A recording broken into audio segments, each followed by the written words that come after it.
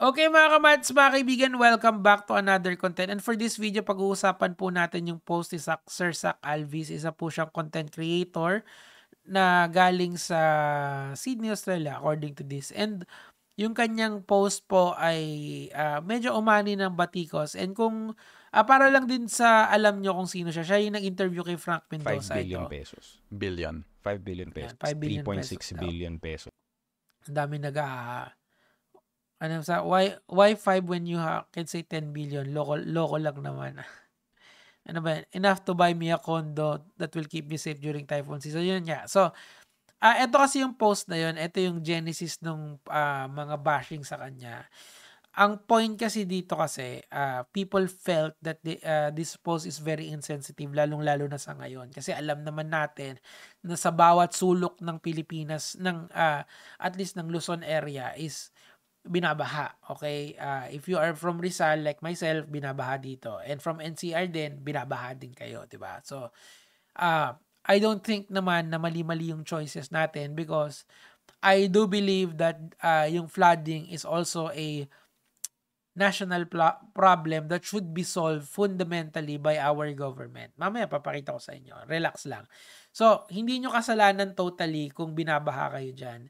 Kasi, dapat ang gobyerno natin is meron silang flood control. Kasi may budget naman dyan na galing sa tax natin. Okay? Mamaya, dahan-dahanin muna natin yung fundamental problem, in my opinion, dito sa ating bansa. Okay, si Sir kasi taga Sydney, Australia siya. So, goods yung gobyerno dyan. Shoutout kay Doc Adam. So, in moments like this, doon sa nagsasabing worth it yung condo investment mo, ang daming binabaha, may tulo sa kisame at lumilipad yung bubong. Pero pag high quality condo, in most cases, sara lang buntana mo, okay na, resume Netflix na. Teka lang. Ang akin lang, boss. Teka lang So, pag binabaha, hindi na worth yung investment. Or yun kasi yung pinaka-fundamental argument niya. Yun yung pinaka-puso ng argumento niya eh. So, paano kung nakatira ako sa Marikina?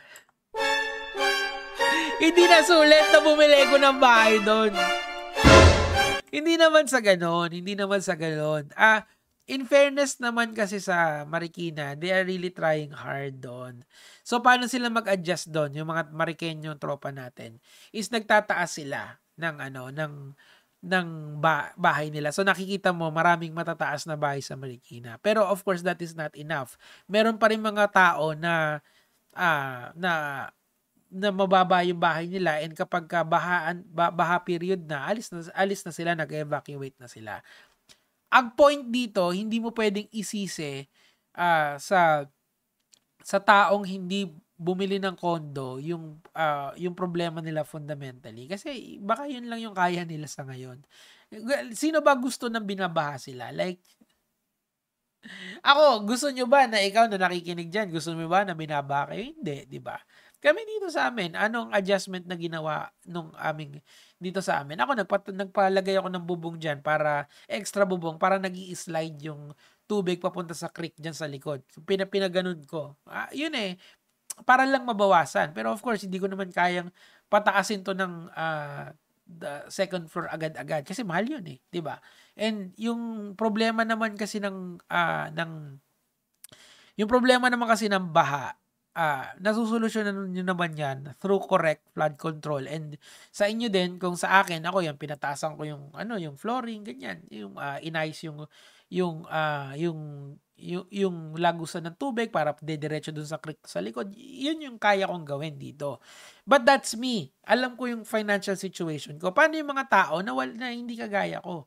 So, syempre, hindi ko sasabihin sa kanila na, dapat mag-invest ka na lang sa condo. Hindi ganon. Kasi insensitive yun, lalong-lalo na sa panahon ngayon. And dapat din yung ating gobyerno is helping people to mitigate their problem. Hindi stop mitigate lang. Bawasan lang ng onte yung problema nila sa flooding, and pupunta tayo dyan mamaya. Okay, so let's talk about this slowly, okay? Sabi niya dito, this isn't a dig at people who can't afford to choose to invest in condos. It's simply a reminder to focus on what matters. Of course, it matters kung saan ka nakatira. Siyempre naka-focus sila doon pero hindi naman kaya lahat na bumili ng condo, Diyos mio. Condos aren't just about cash flow or equity appreciation. They also offer safety and peace of mind for many. Kasi nga may mga tao kasi na bumibili ng condo for the sake of paparentahan. In my case, ganun. Okay. Pero I would always choose to live here sa townhouse namin. Bakit? Kasi mas malaki siya, syempre. And of course, may para madali kang lumabas-labas, 'di ba? Hindi tulad sa condo, mag-elevator ka pa and mahal yung maintenance ng condo. Like for example, yung sa condo namin, yung parking lot doon parang kung wala kang parking space sa parking lot, parang nasa 1,000 yung open parking doon or 1,500. Hindi pa doon kasama yung maintenance, 'di ba? Sa ganito kasing townhouse, ang 300 pesos lang yata or 600 pesos lang yata yung rito yung upkeep dito so yun yung binabayaran ng namin doon sa condo, okay? Doon dito sa ganito, pero sa condo mas mahal yung maintenance. Ayun, 2,400 yata yun, mahal, di ba? Stay safe and blessed, guys. Tingnan natin yung mga comments kasi na bardagol siya dito Dami mong kuda. Paano kung baha? Di naman pupunta doon yung condo mo Ang benefits lang niyan, highlight mo at least elevated yung condo unlike houses. Ang ending talaga, hindi talaga need magtulungan para maayos yung drainage. Yan mamaya. Cover ko yan, Jean. Best example yan Kasi yun yung point nito Kaya itong content na to, kaya doon tayo pupunta talaga And papakita ko sa inyo mamaya. Wow, imagine reminding the poor to focus on what matters most, like proper housing. As if naman yung mga di ba yan? What kind of tone deaf post is this? Exactly. Hindi naman kasi lahat makakabili ng condo. Elitista posting, di ba? So, ito naman. Before you say that this post is insensitive or bad timing, I just want to remind you that sometimes we truly appreciate something once it's taken away from us. Paano kung wala kang, hindi mo nga afford yun? Like, pwede ko bang sabihin like dun sa mga, kunyari, yung mga namamasukan sa amin or yung mga tao dyan sa labas. Kasi alam ko, babahain sila kasi most of them are from Marikina and some of them are from doon sa Baybay Sapa. Diyos ko, laging binabaha doon. Sabi ko sa kanila, bumili na kayong kondo. Bilihan na kayo ng kondo. Siyempre, hindi ganon.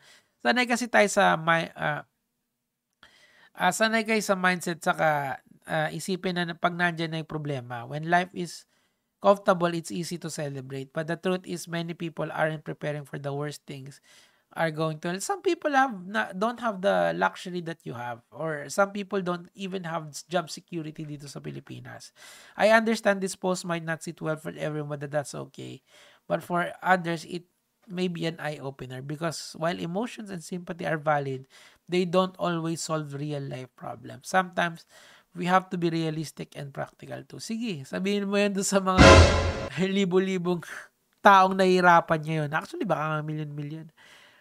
I am your follower and I understand this sales speech, but you have to understand that a good salesman knows how to listen and empathize. Correct. No empathy, just elevators. Just because you don't think doesn't mean you have to say it. Okay, so what's my takeaway dito Huwag niyong sisi sa sarili niyo. Well, hindi lahat ng blame dapat linalagay mo sa tao. Kunyari, taga Marikina yung tao, gusto nila dun sanay sila sa ganong klaseng lifestyle Hindi nila kasalanan yun. Pinili nila yun 'di ba? Now, hindi lahat kasi ng tao is kayang mag-invest ng condo. Like, yung down pa lang yan 300,000, 400,000 for a mid-level condo. Mahal yun. 10%, 400K. Tapos kasi 4 million yung unit or even some people are 1M yung down payment kasi gusto nila tumira doon sa mahal yun. Nobody has that capability to pay that all at once. 'Di ba? And buying a condo is a big move, especially if you are middle class and especially also if you are just living from paycheck to paycheck. That's why people find this insensitive, lalong-lalo na ngayong mga panahon na to. Now, ako kasi I am done blaming the Filipinos for their plight.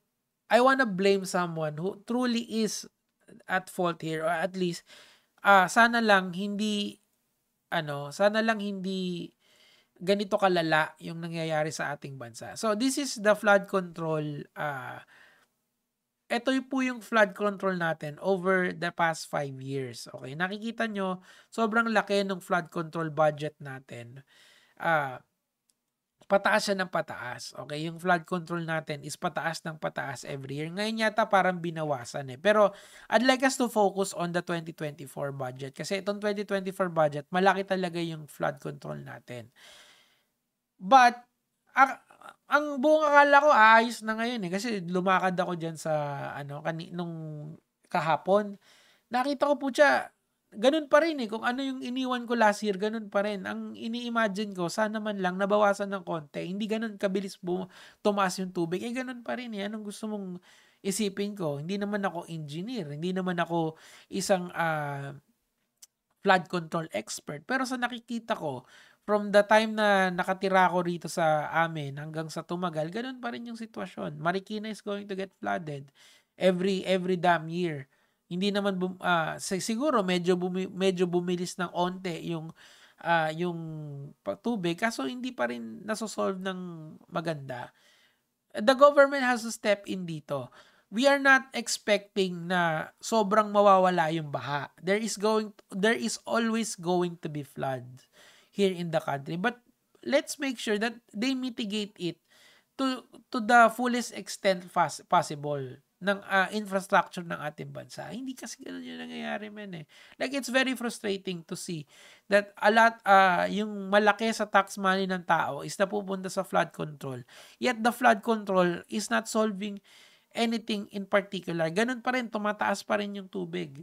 Nagsisisihan pa rin yung mga LGU. Hindi kasi ang daming basura eh. Hindi kasi, kulang kami sa DPWH. Lalo dito sa Marcos Highway, makita nyo, bungkal ng bungkal dyan. I don't know what's going on really.